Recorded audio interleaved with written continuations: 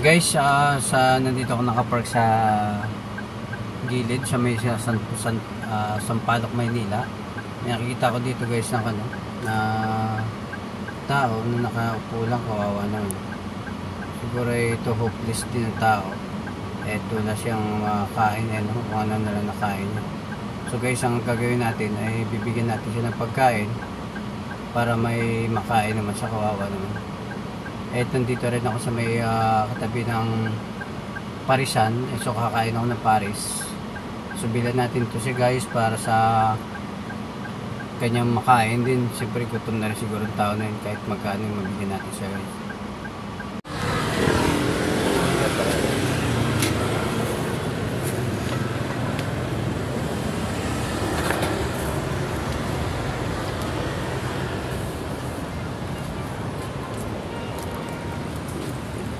Itlog Paris.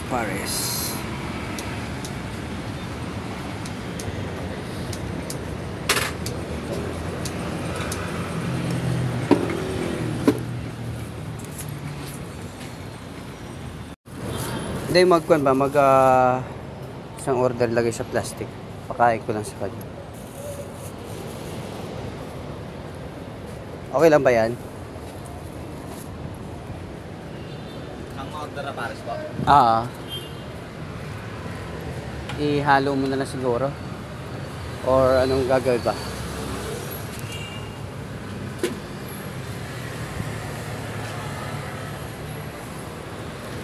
Bigyan mo ka.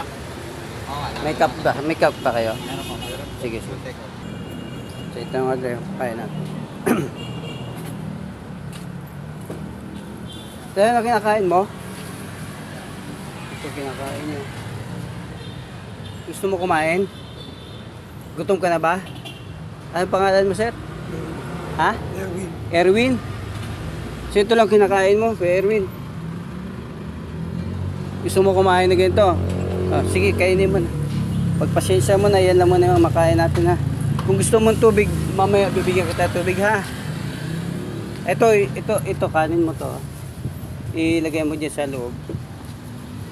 Kaya mga dre, ang pinapakain natin sa kanya para dito gusto mo kay Erwin, may ikan dito upuan. Bigyan natin. So kumain ka lang dyan ha. Pagka gusto mo ng tubig, sabihin mo lang tubig. May tubig tayo dito. Ito mga dre, nakatapos na rin tayo sa pagkain at kamustahin natin si Erwin or nakatakan ba siya. Erwin, tapos ka na? Ano, busog ka na ba? Kamusta yung buhay? Tagasan ka? Ha? Turito? Ay ba't nakarating ka rito kay Erwin?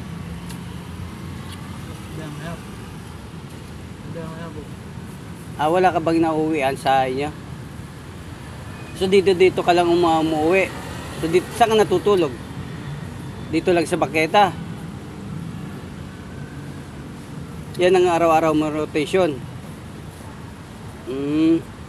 So pagkatapos mo na kumain yan, saka mamaya magkukan dito lang din. Nabusog ka naman.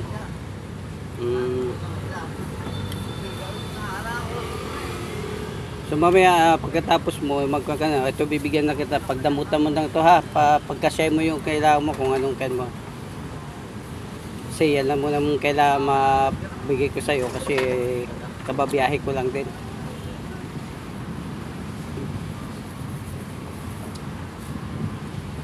Ano, dyan ka na lang kay Erwin. So mag-ingat ka lagi ha. Sige, bye bye. Dito mga dre, at dito tayo nagpan. At iwanan natin sa dyan ay tayo babiyahe pa. Ayan. Kumain lang muna tayo. At atin ay nakita kasi natin sa dyan habang nakapark tayo dyan. Ayan, at kasi binigyan natin siya kahit papaano para may pambili din siya ng kanyang pagkain. So mga dre, sana nagustuhan.